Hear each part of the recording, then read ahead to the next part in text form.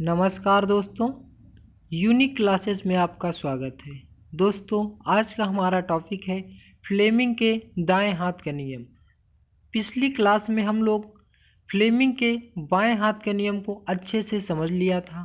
तो आज की इस वीडियो में हम फ्लेमिंग के दाहिने हाथ का नियम के विषय में चर्चा करते हैं। तो चलिए बिना देरी किए हुए वीडियो को स्टार्ट करते हैं। फ्लेमिंग के दाएं हाथ का नियम।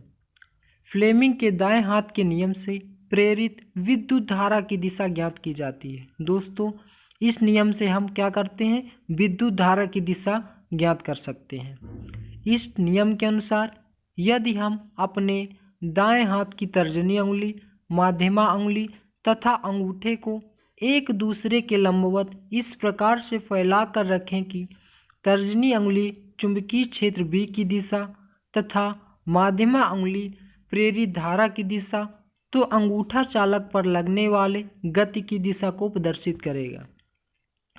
फिर से एक बार समझते हैं। इस नियम के अनुसार यदि हम अपने दाएं हाथ की तर्जनी अंगुली, माध्यमा अंगुली तथा अंगूठे को एक दूसरे के लंबवत इस प्रकार से फैलाकर रखें कि तर्जनी अंगुली चुंबकीय क्षेत्र की दिशा तथा माध्यमा अंगुली प्रेरित धारा की दिशा, तो अंगूठा चालक पर लगने वाले गति की दिशा को प्रदर्शित करेगा। इसका फिगर देख लेते हैं।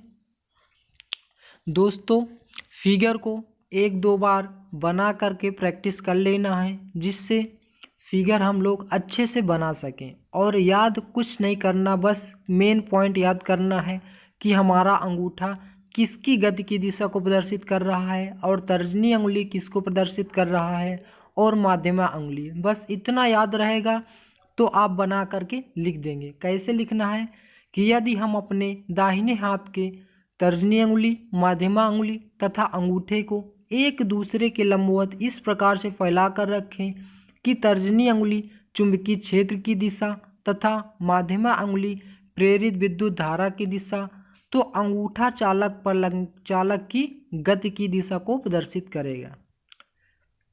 तो दोस्तों, फिर से एक बार रिवीजन करते हैं और कैसे हम लोग को बना के लिखना है। फिगर एक दो बार बना लेना है और फिर बस यही याद रखना है कि अंगूठा गति की दिशा को बताता है और तर्जनी अंगुली चुंबकीय क्षेत्र की दिशा को बताता है और जो माध्यमा अंगुली है विद्युत धारा की दिशा को बताता है।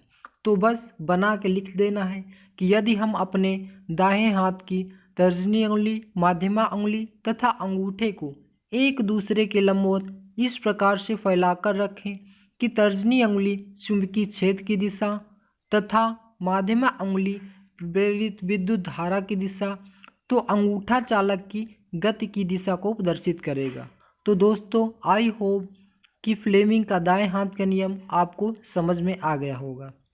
तो मिलते हैं नेक्स्ट वीडियो में। Thanks for watching my video. धन्यवाद।